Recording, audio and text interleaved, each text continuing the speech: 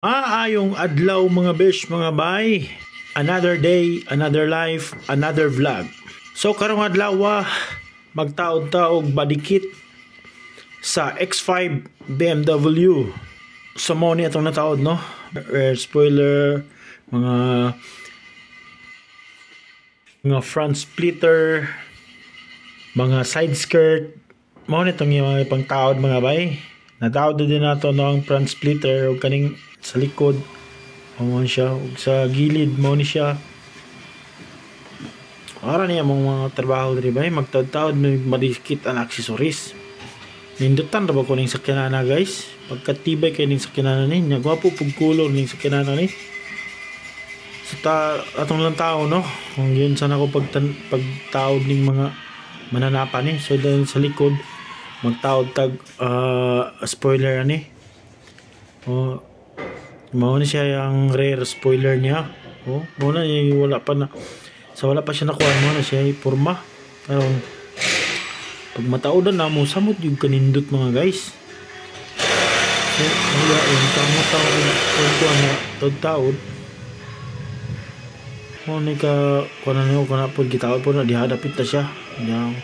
Basta mo tug kanindot ang sakyanan pag naran niya kung amo guys suraan ganyan yung amo na ramo na siya murag sa kuan ba nga salida ba nga movie. Na pala akong chief mechanic ang istorya sila guys. Kana akong amo mura nagsasalida nga katong kuan mahimong wolf grabe ka kuan kayo suraan ba ang kamot diri guys mahuman na to itong trabaho. Kasi nga nagiling mga brugta maning kamot dito mga bahog maayo atong record ba maayo atong performance para malipay po ang nagkuha sa tuwa diri gid na nabuhi gid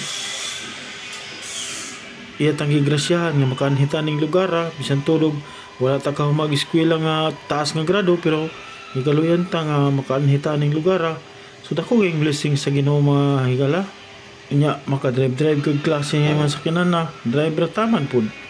Mo ni BMW X5 itong na ning mga accessories. Nara mo ni finished product niya guys. Picture gid siya nga nataodan na siya ni. Ato na gibutang ang tape no kay para di mo kang maki. Ang gibutang nga nagod kon lang silikon lang. O kana mo na ang sa amin nga sawa pagibuhat. Ang gibutangan og kuan accessory.